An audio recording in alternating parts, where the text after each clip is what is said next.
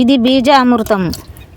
ఇది ఆవు పేడ, ఆవు మూత్రం, సున్నం కలిపి తయారు చేసిన కెమికల్ ద్వారా ఈ వరికి మనం ఇట్లా ఈ కొసలు దించడం వల్ల దీని కొసలకు గుడ్లు ఉంటాయి కాబట్టి దీని గుడ్లు చనిపోయి రోగం అనేది రాదు. ఈ వరికి మంచిగా నీట్గా ఉంటుంది.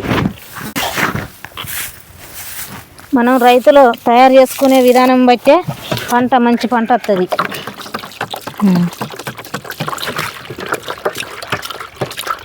ఇది బీజామృతం అమ్మ. ఇది బీజామృతం అంటే ఏంటంటే మనం ఒక రోజు 12 గంటల ముందు 20 లీటర్ల బకెట్ల నీరు తీసుకొని ఆవు పెండ 5 కిలోల ఆవు పెండని తీసుకొని ఉగులాడదీయాలి.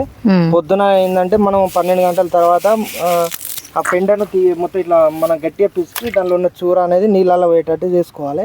చూసుకున్నాక ఏంటంటే మనం ఒక గంట ముందు సున్నాన్ని ఒక లోటలో కలుపుకొని, 1 లీటర్ లోటలో కలుపుకొని దీన్ని బీజామృతం అంటే మనం తయారు చేసుకున్న నీళ్ళలో తయారు చేసుకున్న ఆవు పెండను ఊలాడదీసిన దానిలో కలుపుకొని దాని తగినంత మూత్రం 2 లీటర్ల మూత్రం కలుపుకొని ఇట్లా నారు ఏంటంటే నారు వేసుకునేటప్పుడు మనం ఇది ముంచి మనం నాటేయడం వల్ల ఏమవుతుంది అంటే వేరు వ్యవస్థ అనేది తొందరగా అభివృద్ధి చెంది ఏమన్నా రోగ నిరోధక శక్తులు తగ్గిపోతాయి. మనం ఈ కొసలు దించడం వల్ల ఏమవుతుంది అంటే కొసకున్న మొగి పురుగు అనేది పోతుంది, చనిపోతుంది. రోగం అనేది తొందరగా అటాక్ కాదు. ఇది ప్రకృతి వ్యవసాయంలో భాగంగా అందులో ఒక భాగం.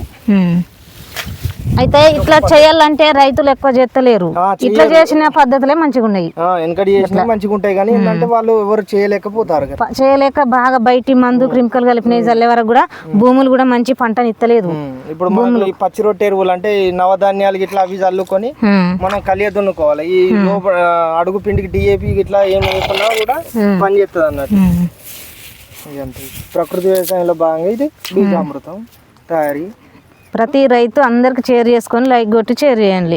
ప్రతి రైతు ఇట్లాంటి పద్ధతులను పాటించుకొని మంచి పంటను తీయండి.